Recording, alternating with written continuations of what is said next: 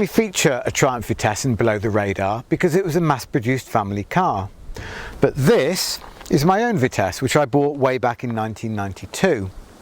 It's featured in the classic car press on and off since the late 1990s. As a result, my Vitesse is quite well known, so I thought I'd tell its whole story in one go. In theory, I'm breaking my own rules by featuring a car that to most Europeans isn't really below the radar. But in many parts of the world, these six-cylinder Triumph Heralds aren't so well known.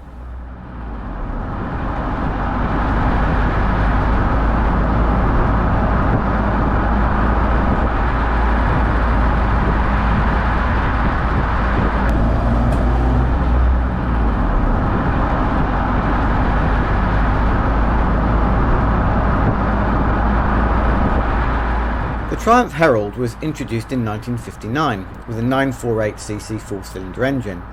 It came in saloon, estate, convertible and coupe forms, and there was also a commercial derivative called the Courier van. In 1961 a 1200 engine was introduced, then a year later came the first six-cylinder edition called the Vitesse. Distinguished by 4 headlamps instead of 2, the earliest editions had an engine that displaced just 1.6 litres, and with all of 70 horsepower on tap, these early Vitesses weren't especially powerful. The Vitesse 1600 was replaced by a 96 horsepower 2-litre model in 1966, which in turn was superseded by the 2-litre Mark II in 1968. This brought a 104 horsepower engine and redesigned rear suspension to improve the handling, and just like the models that had come before, it was available only in saloon or convertible forms. Unlike the four-cylinder Herald, which was closely related, the six-cylinder Vitesse was never offered as a coupe, estate or van. However, this film isn't so much about the Vitesse in general. Instead, it's more about my love of Triumphs, which started in 1987 when I acquired a 1962 Herald 1200 saloon for my 16th birthday. I spent 3 years completely restoring that car, upgrading it along the way so that I could use it as my everyday transport. I fitted a 1300cc twin-carb engine, overdrive gearbox and a Webasto sunroof, and because the car was rebuilt on an early Vitesse chassis, it had bigger brakes too. My Herald was used on an everyday basis, from when it went back on the road in 1990 until it was destroyed in a crash just 2 years later. I was 21, and on the brow of a hill an 18-year-old drove head-on into me in his Mark I Ford Escort, as he was trying to overtake another car coming towards me.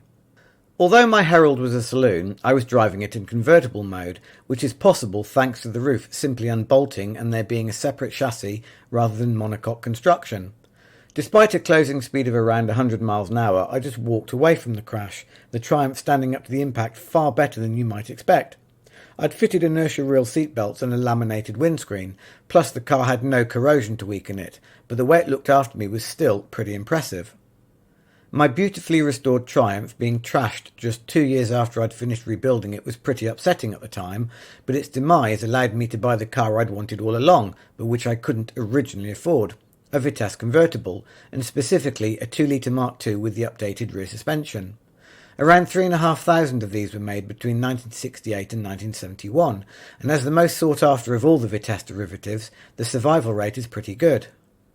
I wanted to buy a project car to completely restore and upgrade along the way, and in August 1992 I found a 1969 Vitesse convertible that was tired but original.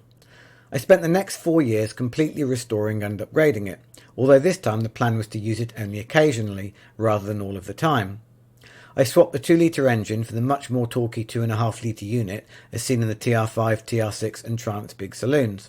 With a Stage 3 head, triple Weber carburetors and a tubular manifold, I was guaranteed plenty of power for easy cruising, with things helped by a taller final drive ratio. I switched from the factory-fitted 389 diff to a 363 unit from the Spitfire 1500, which I've since changed to the 327 axle that featured in the non-overdrive GT6. When the Vitesse returned to the road in 1996, it had been painted black and the interior had been retrimmed in grey leather. I'd made a unique dashboard and fitted cut-down Austin Metro GTA front seats, although those shown here are MX-5 items, which were installed later. There was also a stronger gearbox with a J-type overdrive, in place of the original D-type unit. Over the next 20 years the car covered 30,000 miles, with only the odd hiccup. With those thirsty Weber carburetors fitted, I swapped the original mechanical fuel pump for an electric alternative, and it's this that has caused me the most problems over the years, with the pump having failed twice, and on both occasions I was touring in France at the time. At the end of 2016, 20 years after the car had been returned to the road, it was looking tired and was ready for a refresh. The body shop that had repainted the car in the 90s had put filler into some of the seams, which had cracked, allowing water in, leading to corrosion. The answer seemed to be to strip everything back, repair and repaint, but in the end a lot of new outer panels were needed, along with a complete respray. This time I used David Aspinall at Anglian Triumph Services, who did a great job of replacing the doors, rear wings and bonnet, and in the process he lined everything up far better than Triumph ever did. He also achieved a paint finish way beyond anything Triumph ever managed. While the car was going through this second restoration, I took the opportunity to fit stronger brakes, swap the Rotoflex drive shafts for CV jointed alternatives, and the full sports twin pipe exhaust was downgraded to a Quietus semi-sports single pipe system in a bid to save my hearing on long distance drives. David Aspinall did all of this work, and in summer 2020 my Vitesse went back on the road, 51 years after the car first rolled off the production line. In that time the engine, gearbox, overdrive, back axle, brakes and suspension have all been upgraded, while most of the outer panels and all of the interior trim have been renewed. So in reality there's not much of the original car left, but at least I'm now set up for the next half a century, assuming we're not all forced to convert our classics to electric of course.